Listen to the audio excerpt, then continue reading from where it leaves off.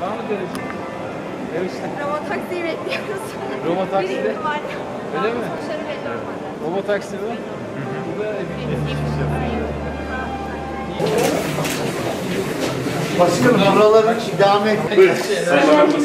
Arkadaşlar üzerine yapma.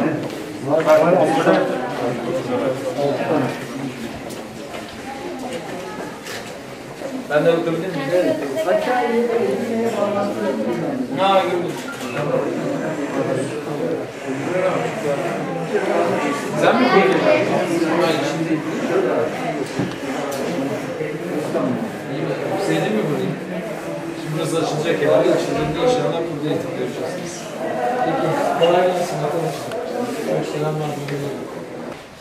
Belinay, Verda, Koray, Kerim. Burası çok güzel olmuş gerçekten. Bir kere tesis, binalar inanılmaz güzel. El sanatlarından güzel sanatlara verilen eğitimler. Bunun yanında tabii bilim atölyeleri, beden yapılarımızı şimdi geziyoruz. Açıkçası gerçekten hiçbir eksik yok gibi. Bütün altyapı mükemmel gördüğüm kadarıyla. Bütün teçhizat çok güzel. İnşallah bu atılan tohumlar günü geldiğinde ülkemize, burada yetişen genç kardeşlerimiz alanlarında tabii öyle de söylediler, ifade ettiler. Bilim adamı olmak istiyorum diyen var, astronom olmak istiyorum diyen var, mühendis olmak istiyorum diyen var.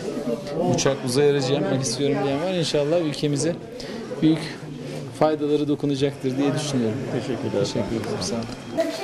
Tabii ki. Ben bu proje teknik teste katıldım ama Evet. kazanamadım. Ön tasarım aşamasında biraz. Biraz daha rapor yazman lazım. Belki takımı büyütmeniz lazım. Ben tek kişiyim. Tek kişiyle olmuyor ama biraz böyle ekiplerle yapmak lazım. Helikopterin uçması için motorumuz var. Arkada da arabanın gitmesi için motor var. Burada sürücü çok riskli bir iş yaptığı için, uçurduğu için arabayı bölme... Sen uçan araba projesi değil mi? Evet. Buraya bir bölme koydum. Pervaneler var burada çıkışı. Evet. Buraya bir bölme koydum. Gördün mü sen çizgiyi? Efendim Uçan gördüm. araba yaptık. Gördün mü? Evet, araştırdım biraz. Öyle mi? Bayraklara baktım. Belgeseline. Sen beni tanıdın mı? Evet.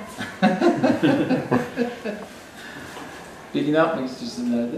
İleride bilim insanı olup böyle namı değer bir bilim insanı olmak istiyorum. Namı değer. Güzel inşallah. Bunu bırakmayacağım. Bu projeyi büyüyünce yapacağım. İnşallah. Biz de bekliyoruz. Biz de zaten sizler gibi genç kardeşlerimiz yapsın diye ümit ediyoruz. Siz nasılsınız? İyi misiniz? Nasılsınız? İyi, sağ olun. Burayı gördüm, çok hoşuma gitti. Çok güzel gerçekten. İstanbul'da da var bizim böyle bir merkez. Ama burası, bundan sonra herhalde burada olacaksınız. Değil mi? Evet. Ama burada 2 tane ünvan olduğu için ona kadar sayı doğrusu olduğu için 2'ye bölüyoruz ve 55 çıkıyor. Evet, aynen. Böyle ters yazıp keşfediyor zaten. Böyle yapınca da 26 çıkıyor. Hadi bakalım şöyle bakalım mı? Buradayız. Evet.